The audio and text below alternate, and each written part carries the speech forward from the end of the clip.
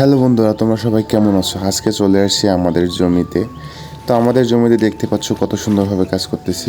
আসলে জমিতে ট্রাক চাষ করার পর চারদিকে উঁচুতলা হয়ে গেছিলো।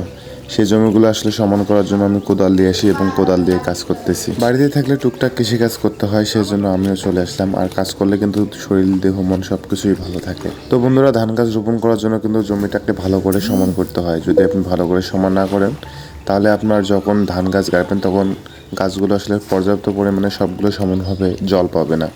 আর যদি ধান গাছ ভালোভাবে জল না পায়, তাহলে ধান ভালো হবে না। তো আমাদের বাসায় যে ফাউড়াগুলো থাকে, সেই ফাউড়াগুলো দিয়ে আমি সমান করতেছি, কারণ একা একা মই টানা অসম্ভব।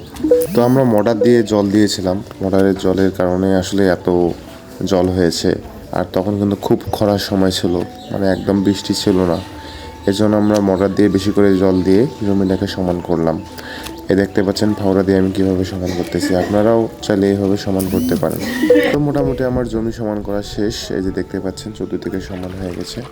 তো এখন আমি আর থাকবো না, এখন বাসায় চলে যাব। আমার হচ্ছে যে যেগুলো আমি নিয়ে আসছিলাম, আপনার হচ্ছে যে কোদাল, তারপর মই তো আনি নাই, এটাকে ফাউড়া বলে আমাদের গ্রামের ভাষায়।